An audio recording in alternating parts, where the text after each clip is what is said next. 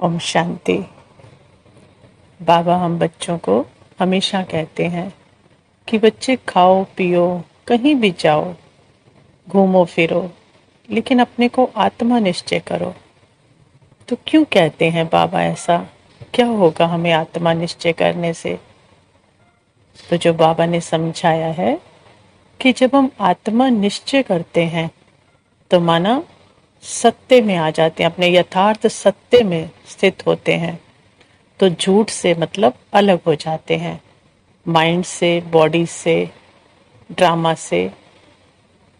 क्या होते हैं? अंदर और बाहर के ड्रामा से जो झूठ है, काल्पनिक है, विनाशी है, उससे डिटैच हो जाते हैं। और जो अविनाशी है, जो मैं आत्मा, उसमें अपने स्वरूप में स्थित हो जाते हैं। तो झूठ और सत्य का डिफरेंस पता लगता है।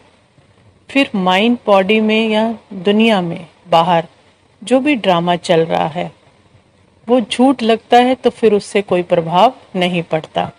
उसको एक नाटक की तरह देखते हैं, खेल की तरह देखते हैं, अप्रभावित रहते हैं, क्योंकि न्यारे हो गए ना, पता लग गया। तो बाबा के साथ साक्षी होकर देख सकते हैं।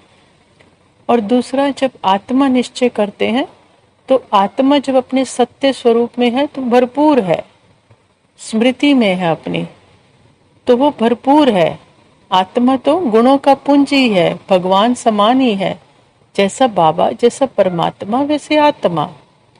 तो जब अपना सत्य स्वरूप उसको स्मृति में होता है, तो जब वो किसी भी कार्य व्यवहार में आती है, कोई भी कर्म करती है, तो उसका वो सत्य हर कर्म में प्रत्यक्ष होता है। उस सत्य की वाइब्रेशन, उसके गुणों और शक्तियों की वाइब्रेशन नेचुरल रूप से वातावरण में, वायुमंडल में फैलती हैं, जो उसको पावरफुल बनाती हैं। और हर देह के कर्म में उसका स्वरूप, उसके गुण, उसकी शक्तियां हर कर्म में प्रत्यक्ष होती हैं। इसलिए बाबा कहते हैं आत्मा निश्चय करो तो आत्मा के गुण प्रत्यक्ष होंगे आपके कर्मों से। और अगर आत्मा विस्मृत हो जाती, हम अपने आप को देह या मन से डिटैच कर लेते हैं, अटैच कर लेते हैं, वो समझने लगते हैं खुद को, तो फिर वो रिफ्लेक्ट होने लगता है। आत्मा के गुण रिफ्लेक्ट नहीं होते, जिसको बाबा देह अभिमान कहते हैं। तो तब देह अभिमान दिखाई देता है। और आत्मा निश्चय है तो आत्म अभिमान होता है, तो आत्म अभिमान से आत्मा के गुण रिफ्लेक्ट होते हैं।